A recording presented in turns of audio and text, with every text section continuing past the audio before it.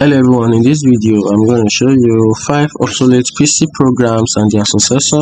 So on this list I'm going to share with you the 5 obsolete processors, 5 programs and their modern successor. So the first in line is Internet Explorer down to Microsoft Edge. Internet Explorer was once the go-to web browser, but it has been replaced by Microsoft Edge, which offers better performance and security and features.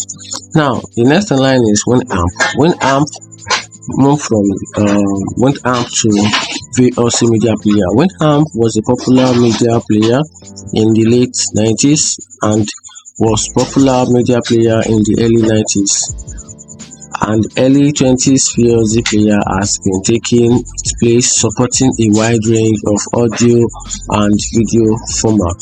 The next in line is Adobe Flash Player, which moves from Adobe Flash Player to HTML5. Adobe Flash Player was widely used for multimedia content on the web, while HTML5 has replaced it, providing a more secure and effective way to play media content. The next in line also is Netscape Navigators, which has been replaced by Google Chrome. Netscape Navigator was one of the first web browsers, but it has been replaced by the Google Chrome, which is faster and more friendly, user reliable. And also we have WinZip. From WinZip we have it being replaced by 7-Zip.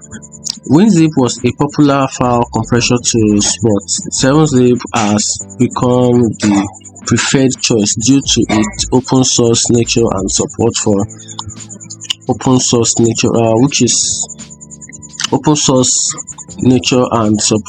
various compression formats.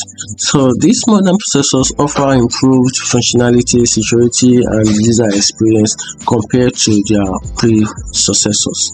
And that's it. If you find this video helpful, like and follow for more. Let me know which one you prefer in the comment section. Thank you.